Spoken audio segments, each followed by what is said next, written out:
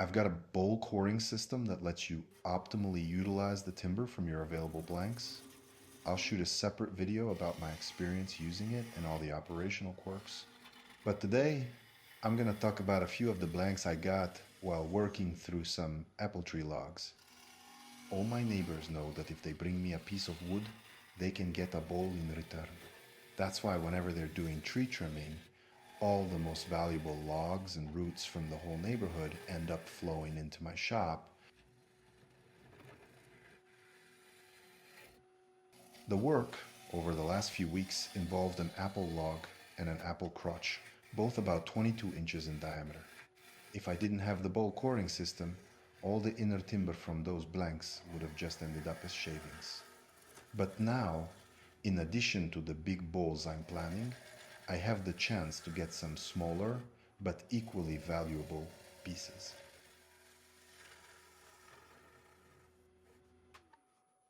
In this particular case, I was working on the 22-inch crotch. After the initial turning, I put it in the microwave to dry, and then it was time for the final finish. Even with one small crack, everything looked fine, nothing suggested trouble was ahead. But in a rush to make a thinner, more elegant bowl, I overdid it a bit. That was the point where I should have stopped and finished up with a scraper, but I just wanted to remove a little more wood. You know how it goes. Just a smidge, just a tiny bit more. And of course that's what I paid for in the end. The wall thickness right at the bottom turned out to be too thin, and my beautiful future bowl was heading for a total failure.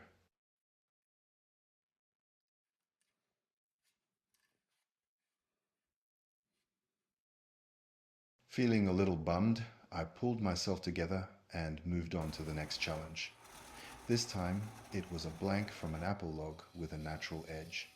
Keeping the previous blowout in mind, I didn't chase the thinness. Instead, I decided to make a bowl with a wall thickness of 5-7 millimeters, or about 1/4 inch.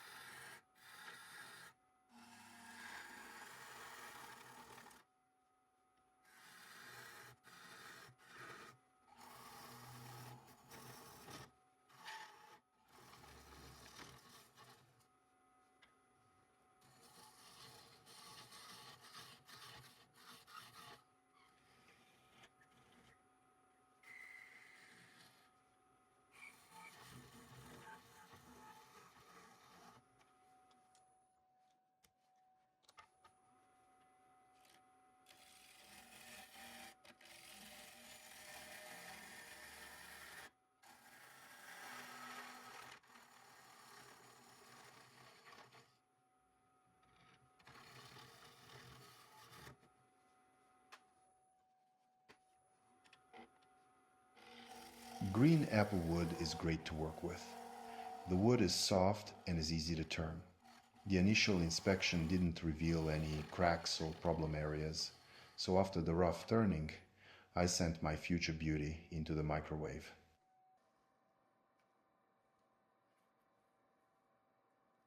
Applewood has a weak spot right in its pith.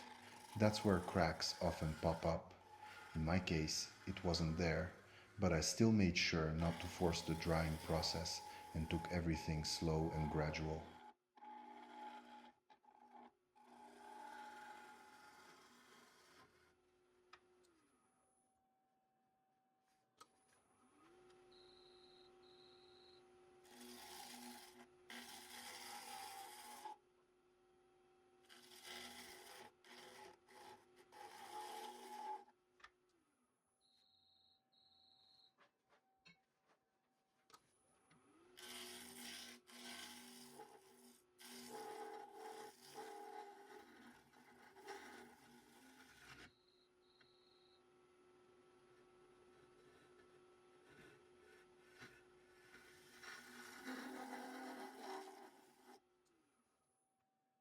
Dried applewood is a pleasure to turn.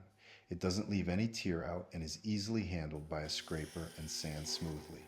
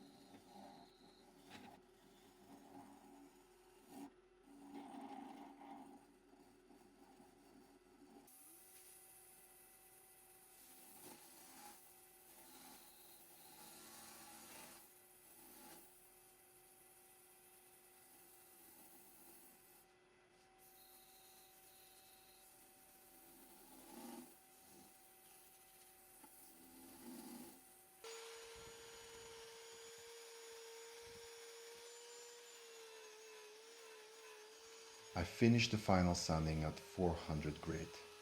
The natural edge wasn't looking perfect, so I decided to clean it up a little bit with a sanding burr.